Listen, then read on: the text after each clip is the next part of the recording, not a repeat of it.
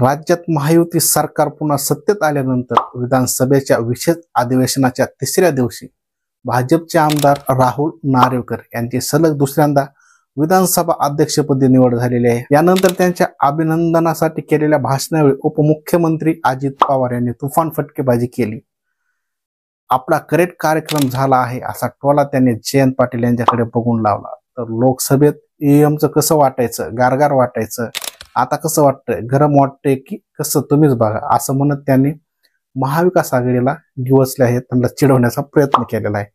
अजित पवार म्हणाले की महाराष्ट्राच्या विधानसभा अध्यक्षपदी राहुल नार्वेकर यांची बिनविरोध निवड झाल्याबद्दल मी त्यांचे अभिनंदन करतो, त्यांना पुढील वाटचालीकरिता शुभेच्छा देतो। नेतृत्व गुणांनी त्यांची ही पोच पावती आहे। तुमच्या राजकीय जीवनाची सुरुवात शिवसेनेतून झाली।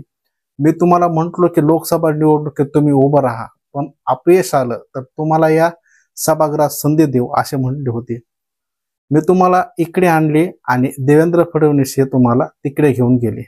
अजित पवार पुढे म्हणाले की निवडणूक काळात काही लोक संविधान हातात घ्यायचे, मात्र संविधान हातात घेतलं की आदर वाढतो, म्हणजे बाकीच्यांना आदर नाही का काय।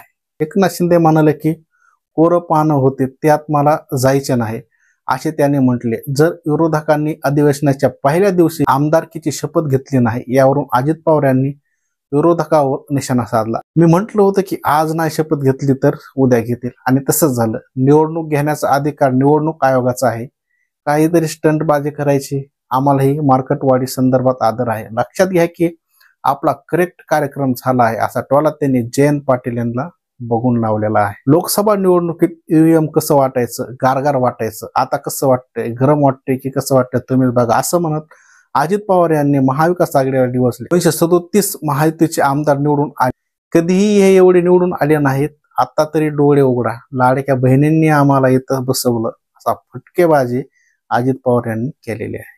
दरम्यान अजित पवार हे विधानसभा निवडणूक आधी गुलाबी जॅकेट परिधान करीत होते, मात्र आज दुसऱ्या रंगाची जॅकेट परिधान केल्याने काँग्रेस आमदार नाना पटोले यांनी अजित पवार यांना गुलाबी जॅकेट कुठे असा प्रश्न विचारला।